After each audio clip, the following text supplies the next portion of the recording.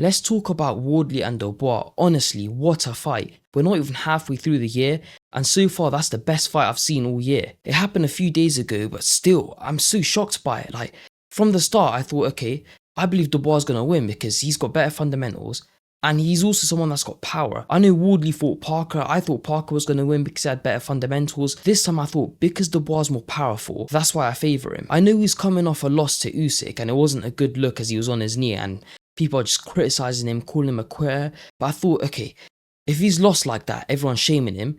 He wants to come back serious. Like, he didn't even do like a build-up, have a tune-up fight. No, he jumped straight back into a tough fight. So I knew something is going to be different. He did leave his coach Don Charles, but then he switched back to him after. He was with Tony Sims for a bit, but I don't know what happened, but I guess he thought, okay, Don Charles is the perfect fit for him. I don't even understand why he left him in the first place. So I thought, okay, something's actually changed in the camp. This is going to be a good one. From the start of the fight, when I saw Dubois get dropped, I just thought, whoa, what is going on? Is Wardley going to end this early? Because Wardley looks switched on from the round one, whereas Dubois, I don't know if it was just nerves or he sort of had nightmares from the previous fight. Whatever it was, he just wasn't switched on. But it didn't seem like a knockdown where he was like properly hurt. It was more of like a flash knockdown. Then from that point on, you could just see Wardley. He's looking for that right hand. He's swinging powerful shots, which again, that sort of was his downfall as well. Then in the third round, Dubois gets, I don't know if you could call it dropped, but he takes a knee and takes a count, which I thought was very smart. He hasn't really got like a good stigma around him for taking knees. People call him a quitter, just like have a go at him. But in that situation, him taking a knee was his biggest strength. He's not someone that I'd say is like willing to fully like die in the ring. He knows his limits. He will sort of like take a knee, like in the Joe Joyce fight.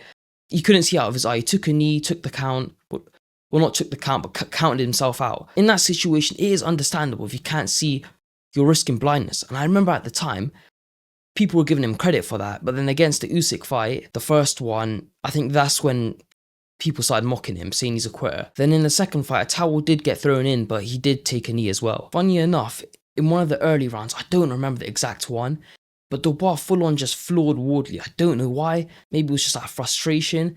But it was just kind of funny because that same night when I had my bout, I got tossed on the floor by my opponent out of frustration. So I just thought, okay, I guess that just happens in boxing. But when that happened to me, I just took that too personally. I don't know if it was after the first knockdown or the second one, but Don Charles sort of just gave him like a double slap to wake him up. And that actually worked. He was switched on. He had a really good jab. Now, I've been saying this. Dubois has a very underrated jab. His jab is really good. We've seen it in the AJ fight, which AJ couldn't defend. In this fight, I knew going in, this is going to be Dubois' strong point. Not just his power, but his jab and his fundamentals. We didn't really see much jabbing from Wardley. He was sort of pulling his left hand or like range finding. But again, I don't know. He didn't really have much front hand work. It was just constantly just look for that right hand. What I can give him is his chin and heart definitely did not fail him. You could argue his game plan just wasn't there because it was constant looping powerful right hand shots which just didn't land. Dubois saw it, he was taking these like little like step backs or just moving a little, and you could clearly see it was working to his favour. That's something he done really well in the AJ fight. I did expect something from Wardley, like to actually switch up the game plan. I don't know what his game plan was in the later rounds. Maybe he thought if he scored 2 knockdowns, he could still make that right hand work. I don't know, but he just seemed off in terms of his fight IQ, and he was solely just relying on his heart. From the amount of punishment Wardley was taking, his face was badly swelled up, he had cuts, he wasn't like as bloody as the Clark fight, but you could clearly see like, he looked like an alien. Like, he probably didn't even have vision in his right eye. If you look at how badly swelled up it was. Now, I was surprised that the doctor didn't even stop it. Maybe he could somewhat see because obviously the doctor's doing those like weird like finger counting stuff, whatever the hell you call it. Checks were good. So I do remember in the Hrgovic fight, the doctor stopped that. But again, different doctor, so you never know. And different country as well. It's not in Saudi, it's in the UK, isn't it? Which, I mean, I think those fights are still British Board of Control as well. So I ain't got a clue, okay, in terms of this pro side of rules. Talking about doctors, in round 10 at the start of it, when Wardley walked over to the doctor, he was stumbling. Like, you could tell he had nothing left in him. I know he does still carry power, like in the Hooney fight. He just knocks Hooney out of nowhere after like losing so many rounds and just getting battered. This is where people are criticising his coaching team, saying they should have thrown in the towel. That's very bad from them. He's going to have permanent damage from this. Now, his coach Ben Davison did actually put up a post. I'm not going to go fully in depth into it, but pretty much he said when Wardley was walking over to the doctor, he was discussing with his team about having a towel in hand, so he didn't actually see that bit. And remember, this is someone who's also been praised for not throwing in the towel against like the Fury fight and for Wood as well. In another story, he also said people very easily forget what Fabio has achieved just because of a loss. From 4 white collar fights to a world champion, that is insane. He's the first person from white collar to do that. I did hear people throwing this argument around of, oh yeah, Fabio, he lacks his fundamentals because of his lack of amateur career. And Dubois, he was part of the GB team, so he fought these like Eastern European people in the amateurs internationally, and those are what toughen him up and give him this foundation. But again, I think you can't really use that argument against Fabio anymore. Like, just look at his resume. I know you could say, oh yeah, but he hasn't fought many decent people, but look at the decent people he's fought. So the first decent opponent that I watched him beat and I thought that is very credible was David Adelaide. I know, yes, he's not the best heavyweight, but he did somewhat have an amateur career. Then obviously you had Fraser Clark, who's an Olympian. It was a draw. I thought Wardley won that fight, but again, it's a split draw. I'm not going to argue with that. The second fight was just a complete demolition job. Then you got Justice Hooney, who medalled in the World Championships. He got a bronze medal in that.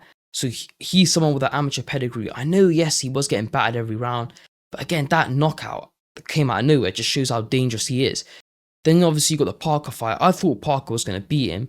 And yes, I mean, Parker, he did test positive for like the white stuff, which I know is not a performance enhancing drug, but it is going to decrease your performance. And you'd least expect someone like Parker to be sniffing stuff like that. So what, in 6 fights or 5 opponents, he's got 1 loss. That's very good. So to take credit away from him, that's just being a pure hater. Now, talking about the referee, that's also what people are criticizing, saying the ref should have stopped that fight. For context, this is the same referee in the Parker fight and the same referee who stopped the fight against Liam Cameron and Ben Whittaker in the second one. So those 2 fights there, they were early stoppages, which again, early stoppages don't mean they're bad. It just means like, look, the ref's there, he's protecting the fighter. I don't see those fights as, oh, now the ref should have let it continue, or the other guy could have won. I thought that referee and that stoppage was the right decision. Now, one thing I'll never understand about boxing is the inconsistencies in refereeing and judging or whatever the hell it is.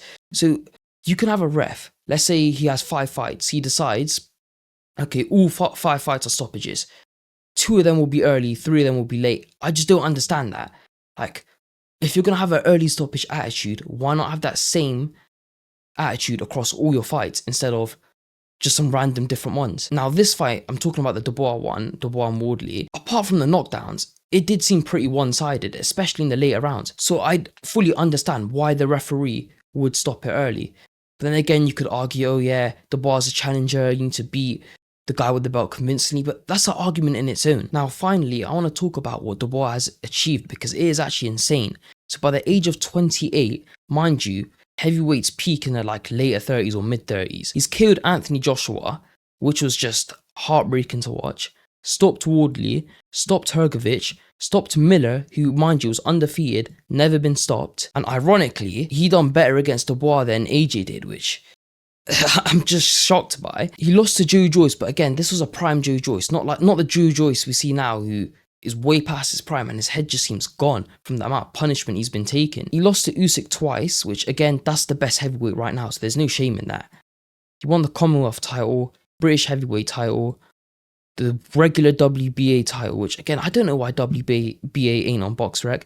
He won the IBF World Heavy title and the WBO, so that's a 2-time heavyweight world champion. Think about it, when Usyk retires and all the other heavyweights like AJ, Fury, I can see Dubois being the best. I know Itulma's on the rise up, but I think right now, if he was to fight Itulma next, I honestly believe Dubois got this. Like, come on, you can't discredit him. He's more seasoned right now. I would talk about the other fights on the card, like the Zach Chelly one, who just caused the upset against Morrell.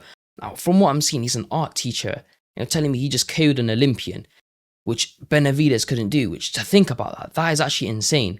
But yeah, I didn't actually end up watching the other fights because I was boxing that night, so I missed majority of the event. When I was done, ready, I was at a restaurant loading up the stream, and it was the fight before Dubois, and I was more focused on trying to get home, get my order in, and just enjoy this fight, because I honestly thought I was going to miss it, which I'm glad I didn't, because that is definitely fight of the year so far.